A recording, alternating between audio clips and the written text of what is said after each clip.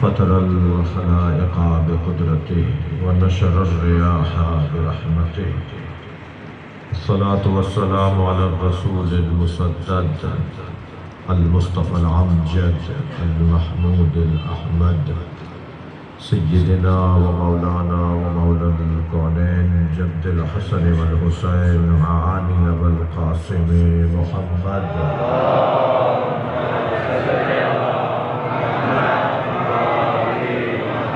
وآله الطيبين الطاهرين المعصومين الذين قال الله إنما يريد الله ليذهب عنكم الرجس أهل البيت ويطهركم تطهيرا.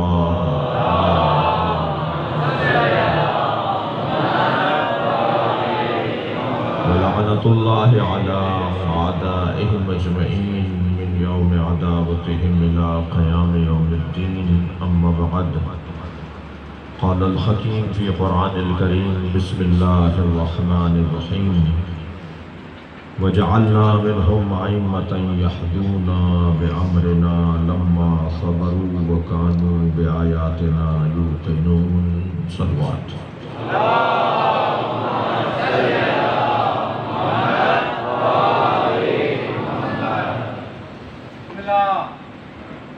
سورہ مبارکہ سجدہ آیت کا نشان ہے 35۔ اللہ اپنے اس کلام میں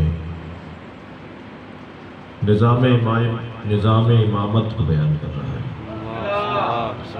اللہ کا نہ تو کسی سے پڑوس ہے، نہ اللہ کا کسی سے پڑوس ہے، اور نہ ہی کسی سے رشتہ داری ہے۔ رشتہ داریوں کی بنیاد پر کچھ دیا لیا جاتا ہے، اور پڑوس کی بنیاد پر کچھ لیا اور دیا جاتا ہے۔ ہمارے پڑوسی ہیں، ان کو کچھ بھیج دیو، ان کے یہاں سے کچھ آتا ہے، ہمارے یہاں سے کچھ جاتا ہے، اور رشتہ داروں کا خیال کرنا پڑتا ہے۔ اللہ کا نہ کوئی پڑوس ہے۔ اللہ مکے میں نہیں رہتا جو مدینے والوں کو پڑوس ہو جائے۔ اللہ کعبے میں نہیں رہتا جو مثال کے طور پر ریاض والوں کے لیے پڑوس ہو جائے۔ اور یہ ذہن میں ہے کہ اللہ ہر جگہ ہے۔ جب اللہ ہر جگہ ہے تو پھر اللہ کا پڑوس نہیں ہے۔ اللہ کی کوئی جگہ ہی نہیں ہے، اور ساری جگہیں اسی کی ہیں۔ ہر چیز اس کی ہے، وہ مالک ہے، وہ خالق ہے، مگر اس کا جسم نہیں ہے جو کہیں محدود ہو جائے۔ اور اللہ کا کسی سے کوئی رشتہ داری بھی نہیں ہے۔ لم یلد ولم یولد، نہ وہ کسی کا باپ ہے، نہ وہ کسی کا بیٹا ہے۔ جب نہ رشتہ داری ہے، نہ پڑوس ہے، تو پھر اللہ کسی کو دیتا ہے تو کس بنیاد پہ دیتا ہے؟ اللہ اگر کسی کو عطا کرتا ہے تو اللہ معیار اور اہلیت اور قابلیت کی بنیاد پر عطا کرتا ہے۔ بھئی ہر جگہ ایک ہی آواز ہے کہ میرٹ پہ تقرریاں ہونی چاہیے، میرٹ پہ داخلے ہونے چاہیے، میرٹ پہ تبادلے ہونے چاہیے، میرٹ پہ پارٹی ٹکٹس ملنے چاہیے۔ ہم بھی 1400 سال سے مجلس اسی لیے کر رہے ہیں کہ نبی کے بعد میرٹ پہ ماننا چاہیے۔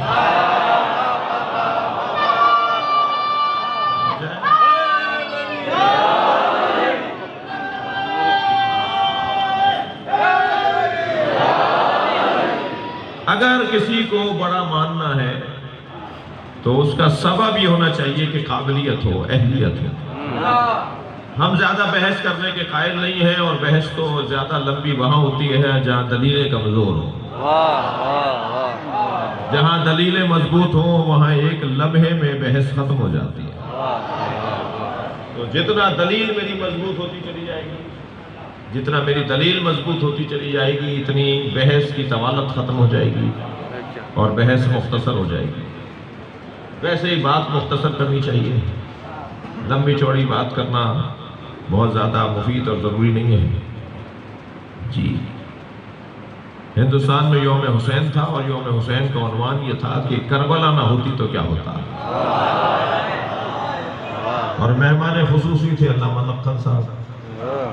جب انہیں وقت دیا گیا تقریر کرنے کا تو 2 3 4 منٹ رہ گئے، وقت ختم ہو چکا تھا۔ کہا جی 2 منٹ میں بتا دیجئے، 4 منٹ میں بتا دیجئے۔ مختصر تقریر کر دیجئے۔ انہوں نے کہا جی 4 منٹ بھی زیادہ ہے، میں تو آدھی منٹ میں بتا دوں گا۔ کربلا نہ ہوتی تو کیا ہوتا؟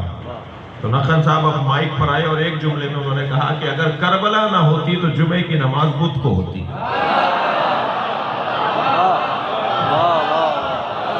صلوات پڑھیں ذرا محمد و آل محمد۔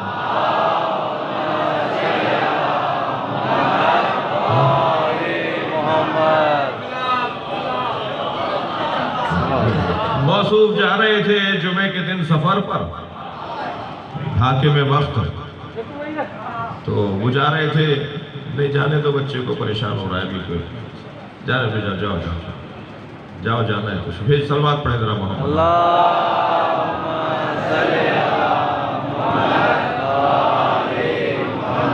اس سے بہتر اور بلند صلوات نبی کی۔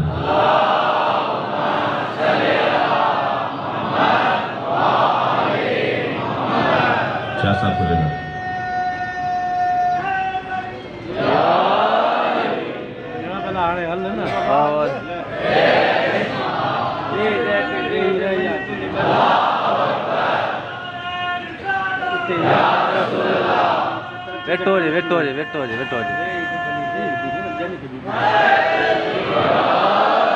ایک پیش نماز کو دیکھا جو ایک ٹانگ پہ کھڑے ہو کے نماز پڑھا رہا تھا، اور ایک ٹانگ اس نے ہوا میں معلق کی ہوئی تھی، ہوا میں اٹھائی ہوئی تھی ٹانگ، اور ایک ٹانگ پہ نماز پڑھا۔ لطیفہ نہیں سنا رہا؟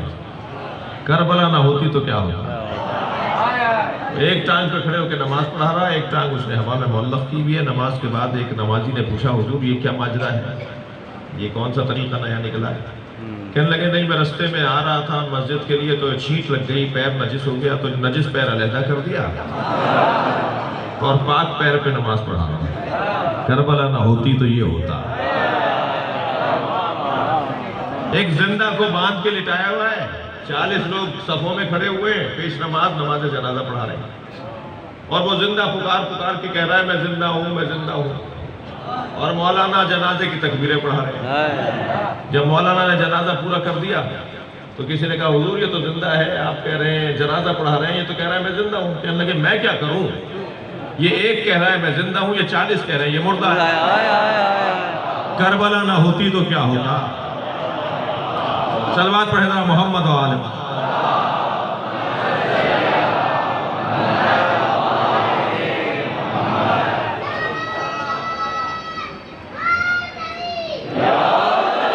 افغانستان میں ایک جنازہ لے کر جا رہے تھے کچھ عرصے پہلے، جہاں جب یہ حکومت تھی خاص، تو جنازہ لے کر جا رہے تھے، تو جنازے کو روک لیا گیا کہ یہ کس کا جنازہ ہے ذرا دکھاؤ۔ دیکھا تو جس کا جنازہ تھا اس نے داڑھی مونڈی ہوئی تھی، کلین شیو تھا۔ کہنے لگے پہلے اسے 80 کوڑے مارو، اس نے داڑھی کیوں مونڈی ہے؟ تو جنازے کو 80 کوڑے مارے گئے۔ کربلا نہ ہوتی تو کیا ہوتا؟ دین کا مذاق بنتا، لوگ دین سے دور ہو جاتے۔ کربلا نہ ہوتی تو یہ ہوتا کہ دین دہشت گردوں کا دین ہے، امن و آشتی کا دین نہیں ہے، تبدیل ہو کے رہ جاتا ہے۔ کیوں تاکید کی جا رہی ہے کہ مجلس کرو، جلوس نکالو؟ کیوں مجلس کے خلاف اور جلوس کے خلاف کوششیں کی جاتی ہیں، بند کروائے جاتے ہیں، روکے جاتے ہیں؟ بس سمجھ لو جب تک مجلسیں ہوتی رہیں گی کربلا کی شکل باقی رہے گی، اور کربلا کا ذکر دین کی تحفظ کی ضمانت ہے۔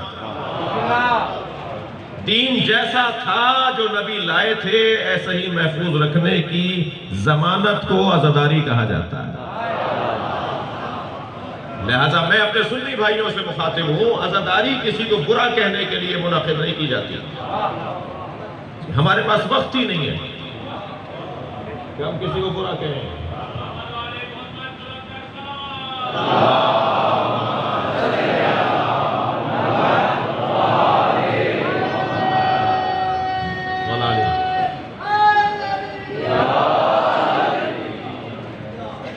اچھا اتفاق ہو رہا ہے، شاہ صاحب اور ہم ساتھ ساتھ پڑھ رہے ہیں مجلس، اور ابھی نوحانی ہوگی، ان کے گلے میں اللہ نے بڑا درد عطا کیا ہے، اللہ نے ان کو بہت سوز عطا کیا ہے، اور یہ مولا حسین کے گلشن کی بلبلیں ہیں۔ جب بلبل کوکتی ہے نا تو پھر گلشن میں پرندوں میں اضافہ ہوتا ہے۔ تو یہ جذب کرنے والے لوگ ہیں مولا کی طرف، اہل بیت کی طرف۔ اللہ انہیں سالم رکھے، ان کو اور طاقت و توانائی عطا کرے۔ آپ رضا بادشاہ صاحب آپ سب کی حفاظت کے لیے بلند تر صلوات فرمائیں۔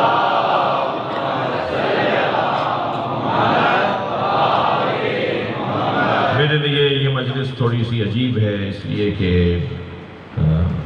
میرے میزبان جناب مطار علی شاہ وہ ہمارے درمیان نہیں رہے۔ 7 محرم کو محبوب علی شاہ کی طرف سے جو جلوس تھا، آپ سب کی طرف سے تھا، اس میں حاضر ہوا تھا، تو یہاں بیٹھے ہوئے تھے وہ کرسی پر۔ اللہ ان کی مغفرت فرمائے۔ اور خاص طور پہ جام شوروں کی سطح پر، عام طور پر سندھ میں کئی شہروں میں شاہ صاحب کا بڑا کام تھا، بڑی خدمات تھیں۔ میری آرزو ہے کہ اسی مرحلے میں ایک سورہ فاتحہ ان کے لیے پڑھ لی جائے اور 3 مرتبہ سورہ اخلاص۔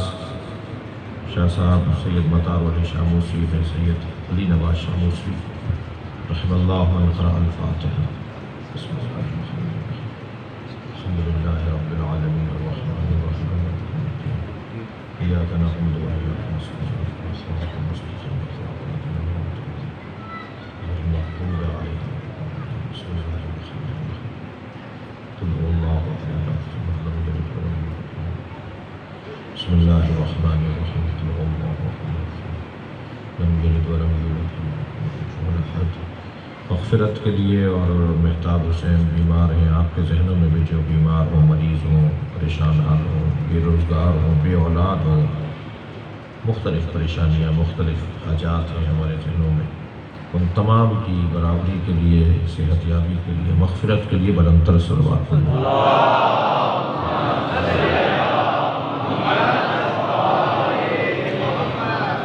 توجہ میرے ساتھ ہے۔ پروردگار عالم کا نہ کسی سے پڑوس ہے، نہ اللہ کی کسی سے رشتہ داری ہے۔ اللہ قابلیت کی بنیاد پر مقام عطا کرتا ہے، اہلیت کی بنیاد پر مقام عطا کرتا ہے۔ جی آپ اور میں اگر اپنی قابلیت بڑھا لیں تو اللہ ہمیں بھی بہت کچھ دے دے گا۔ صلاحیتوں کو بڑھانے کی ضرورت ہے۔ یہ جو تشیع کا وزن آپ کے کاندھے پر ہے نا، یہ جو ذکر حسین کی سنگینی آپ کے کاندھے پر ہے، اس سنگینی میں اضافہ ہو جائے گا اگر میں اپنی قابلیت کو بڑھا لوں۔ اور یقین جانیے یہ ذکر وہ ہے کہ جس کی آرزو کے لیے انبیاء کرام کہتے رہے کہ کاش ہم حسین کے عزادار ہوتے۔ بہت بڑا مقام ہے عزاداران امام حسین کا، لہذا اپنی قابلیت میں اضافے کی ضرورت ہے۔ جتنی میری اور آپ کی قابلیت بڑھتی چلی جائے گی، اتنا ہمارا کام بڑھتا چلا جائے گا۔ جو پتھر سنگین ہوتا ہے اسے اٹھانے کے لیے بھی طاقتور انسان چاہیے۔ تو میں کیا کروں کہ میں طاقتور ہو جاؤں تاکہ میں سنگین پتھر اٹھا لوں؟ 2-3 موٹی موٹی چیزیں ہیں جن کو اگر میں حل کر لوں اور انہیں حاصل کر لوں تو میں طاقتور ہو جاؤں گا۔ یہ بات میں کئی جگہ کہہ چکا ہوں، زاویہ بدل کر، پہلو بدل کے، اینک تبدیل کر کے کئی جگہ یہ بات کر چکا ہوں۔ اب یہاں پر بھی میں تبدیل کر کے ایک نئے زاویے سے عرض کر رہا ہوں۔ اگر کوئی چاہتا ہے کہ اللہ کے دین کی سنگینی کو اپنے کاندھوں پر اٹھائے تو 3 صفتیں اپنے اندر ایجاد کرے۔ سب سے پہلی صفت یہ ہے کہ شجاع بنے، بزدل نہ رہے، بہادری اپنے اندر لے کر آئے۔ اور شجاع وہ شخص ہوتا ہے جس کے اندر اعتماد ہو،